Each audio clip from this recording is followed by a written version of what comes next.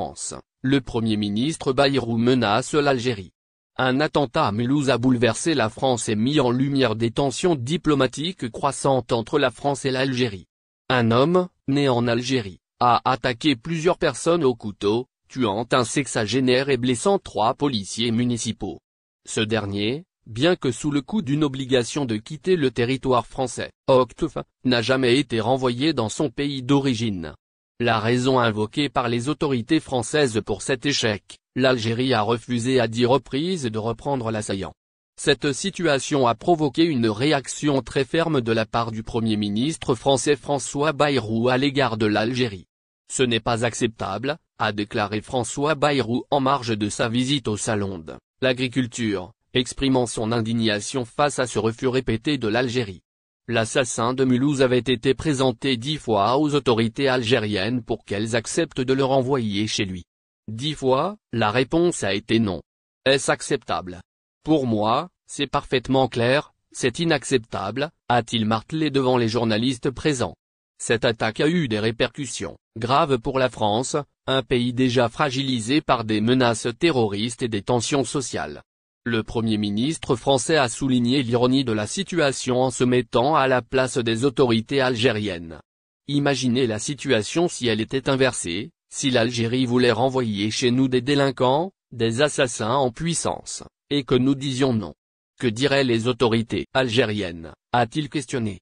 François Bayrou a insisté sur le fait que ce genre de refus était inacceptable, non seulement d'un point de vue gouvernemental, mais aussi personnel, en tant que père de famille.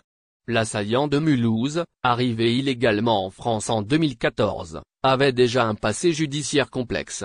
Après avoir été condamné à 6 mois de prison pour apologie du terrorisme, il avait été libéré après seulement 4 mois et demi de détention.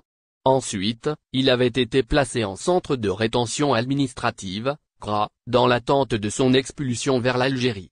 Toutefois, après avoir été maintenu dans ce centre pour 3 mois, le délai légal pour son internement expirant, l'homme avait été libéré, puis assigné à résidence à Mulhouse.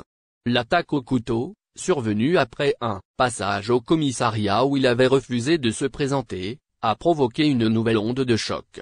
Le Premier ministre français a exprimé avec fermeté sa position concernant cette situation et a réitéré la nécessité de faire comprendre à Alger la détermination de la France à prendre des mesures décisives. Il est purement et simplement inacceptable de continuer comme cela, a déclaré Bayrou, en insistant sur la nécessité de prendre des mesures pour que l'Algérie comprenne la gravité de la situation.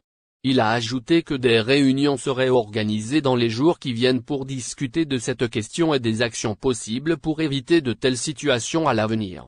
Dans ses déclarations, François Bayrou a également abordé la question de la défense de la sécurité nationale. La défense de notre sauvegarde, de notre sécurité immédiate, passe par l'affirmation forte que l'on ne peut pas accepter la situation qui est créée, a-t-il précisé.